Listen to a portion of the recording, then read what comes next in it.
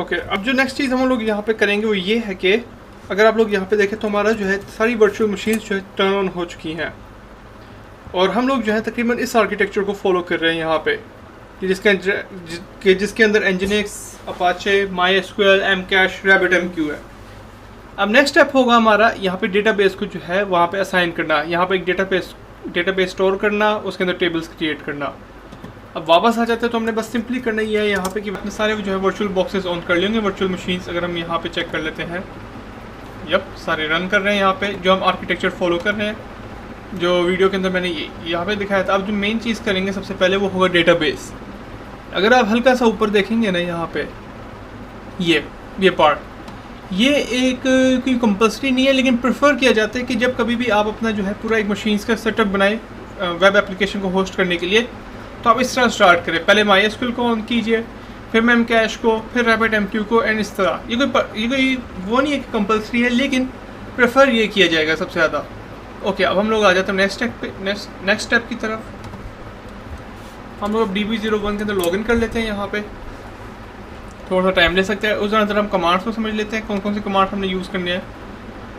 SSH कर लिया। अगर आप जो जाके होस्ट को चेक करेंगे, वीडियो के हम इससे पहले पार्ट में दिखा दिया था किस तरह जो है उसके पास नेम स्टोर होंगे बाकी वर्चुअल मशीन्स की, जो कि हम लोगों ने यहाँ पे स्पेसिफाई किए थे।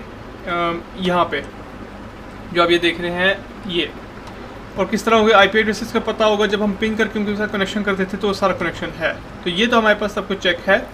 हम लोग अब रूट यूज़र के तौर पे अपने आपको जो है लॉगिन कर लेते हैं। ओके, सब कुछ तैयार है। अब मेन स्टेप करते हैं यहाँ पे।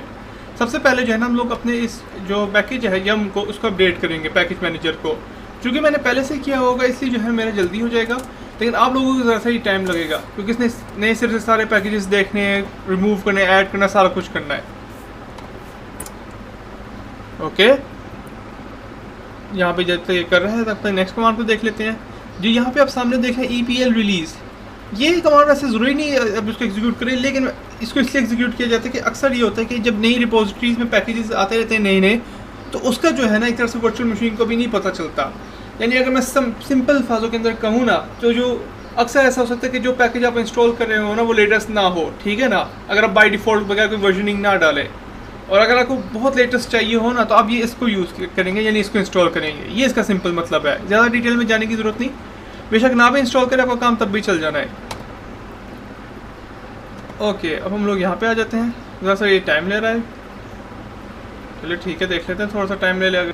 ओके, अब हम देख सकते हैं यहाँ पे हमारा जो है अपडेट हो चुका है। यहाँ पे सारे पैकेज अपडेट कर लिए। अब नेक्स्ट स्टेप जैसे हमने कहा था हम लोग करेंगे कि EPL रिलीज़ को जो है वो हम इंस्टॉल कर लेते हैं। यहाँ पे कॉपी और पेस्ट, तब तक ये चल रहा है। तो नेक्स्ट कमांड देख लेते हैं हम लोग यहाँ पे। और उसके बाद जो है हमने जो है MariaDB को इंस्टॉल करना है यहाँ पे। MariaDB सर्वर पैकेज जो है जिसके साथ फिर हम लोग अपना MySQL चलाएंगे सारा पूरा डेटाबेस, इसको भी कॉपी कर लेते हैं। और साथ हम Git को भी यूज़ करेंगे यहाँ पे, क्योंकि हमने कुछ रिपोजिटरीज जो है वो हम क्लोन करके एक्सट्रैक्ट करनी है। ओके, वापस आ जाते हैं हम लोग इधर Git bash की तरफ। ये काम भी हो गया, हमारा पहले से इंस्टॉल था। MariaDB सर्वर भी हम इंस्टॉल कर लेते हैं उस दौरान। और नेक्स्ट स्टेप हमारा यही होगा कि क्योंकि MariaDB सर्वर जो एक बैकग्राउंड में चलने वाला एक सर्विसेज है, तो जब कभी भी आप इस किस्म की जो है पैकेज को इंस्टॉल करें, पहली चीज़ आपने जो ये करनी है वो ये है कि एक तो स्टार्ट कर लीजिए और एक इनेबल कर लीजिए, ताकि जो है ना ये सर्विस आपकी बैकग्राउंड में चलनी शुरू हो जाए। हम यूज़ करते हैं systemctl स्टार्ट MariaDB, और फिर उसको इनेबल कर लेते हैं यहाँ पे। फिर उसका स्टेटस चेक कर लेते हैं कि क्या वो चल रहा है या नहीं। यप, वो चल रहा है आपका सारा यहाँ।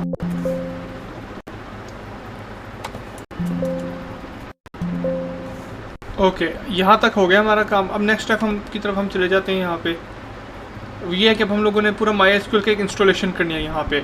अब यहाँ पे तो मेरा ये कमांड चल जाएगा, मैं आप लोगों को अब सिखाऊंगा ये कैसे करना है आप लोगों ने सारा, ठीक है ना।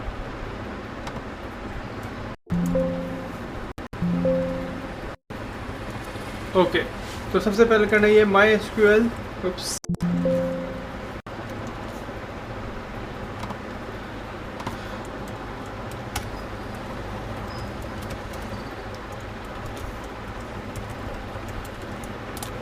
ओके, अभी चल पड़ा है यहाँ पे। इस वक्त हमने करंट यूज़र के लिए कोई पासवर्ड नहीं रखेंगे और already have you can safely none. Okay, क्या सॉफ्टवेयर ऑथेंटिकेशन करनी है, हम लोग यस प्रेस कर लेते हैं। चेंज द रूट पासवर्ड, जो you already have your root password you can safely end. अगर रूट पासवर्ड अगर हम लोग चेंज कर लेते हैं, आप लोगों का कुछ इस तरह आएगा कि सेट द रूट पासवर्ड कुछ होगा, तो कुछ भी नहीं करना। आप लोग जाना चाहें तो इस पासवर्ड को यूज़ कर सकते हो। मैं बाय डिफ़ॉल्ट यही यूज़ करूँगा, बेशक आप अपना पासवर्ड खुद भी यूज़ कर सकते हैं अपनी मर्ज़ी का। तो एडमिन 123 एडमिन 123।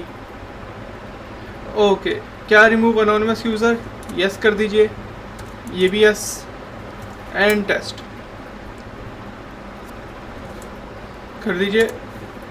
ठीक है, सारे कमांड प्रेस करने के बाद हमारी चल पड़ा है प्रोग्राम। अब हम लोग नेक्स्ट चीज़ जो करेंगे वो ये कि अब हम MySQL के अंदर जो है लॉगिन कर लेते हैं। तो MySQL root HP admin 123 check कर लेते हैं। यस, यू आना था इधर, क्योंकि हम अब यूज़र के तौर पे इसको एक्सेस करने वाले हैं।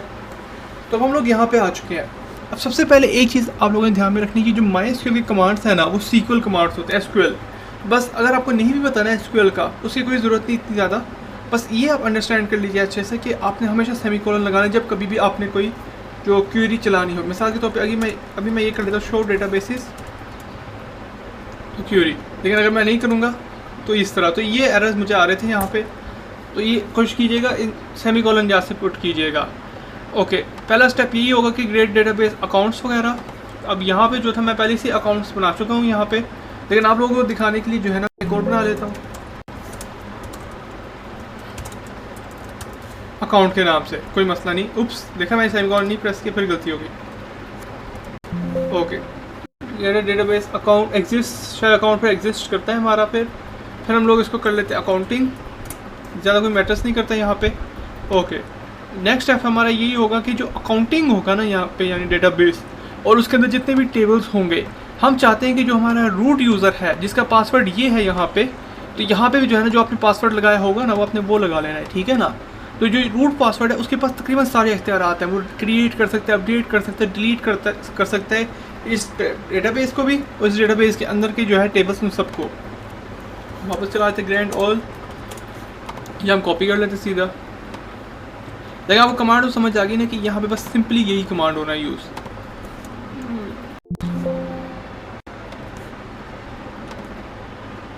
ओके जी, कमांड हमारे सारे चल गए हैं यहाँ पे। और यस, एक गलती मैं करेगा, अब मैं जो है ना यूज़ करने वाला हूँ यहाँ पे अकाउंटिंग, तो मैं अकाउंटिंग के लिहाज से करूँगा ये। बेशक आप डेटाबेस का कोई भी नाम रखें, वो मैटर्स नहीं करता। ओके, ये हमारा हो गया अकाउंटिंग पे। फिर हम लोग जो है ना एक तरह से फाइनल जो है कुछ चेंजेस करने के लिए फ्लैश प्रिविलेजेस यूज़ करेंगे।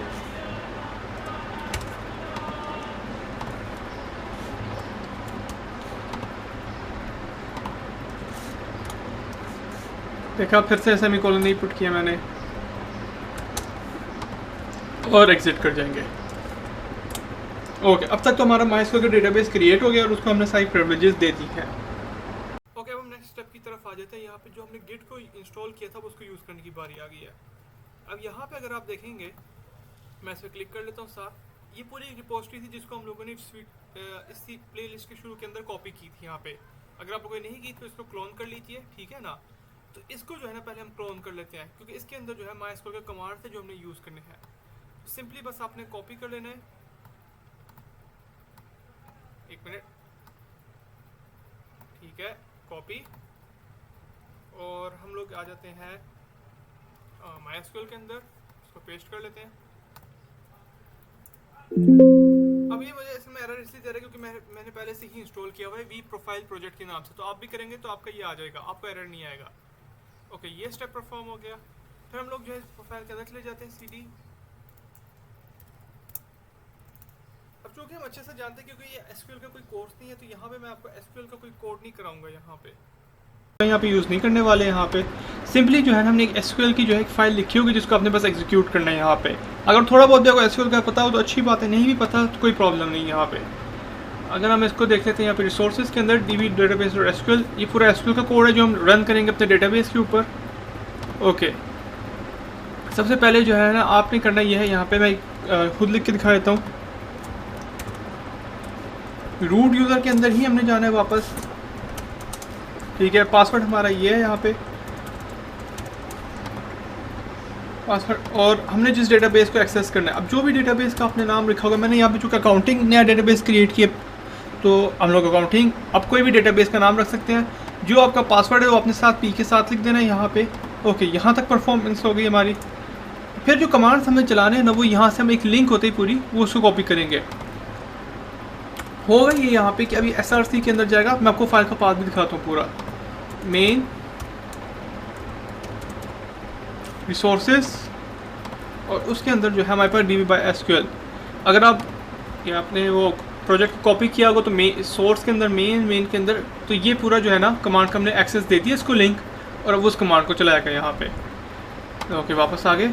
जैसे एंटर प्रेस किया मैंने तो सारा एक्सेस परफॉर्म हो गया। अब करना बस सिंपली इतना है कि इस डेटाबेस के अंदर जो है ना हमने चले जाने, यानी MySQL के अंदर एज अ रूट यूज़र इस डेटाबेस के अंदर। ओके, इस कमांड को परफॉर्म कर लिया, हम अकाउंटिंग के अंदर आ गए।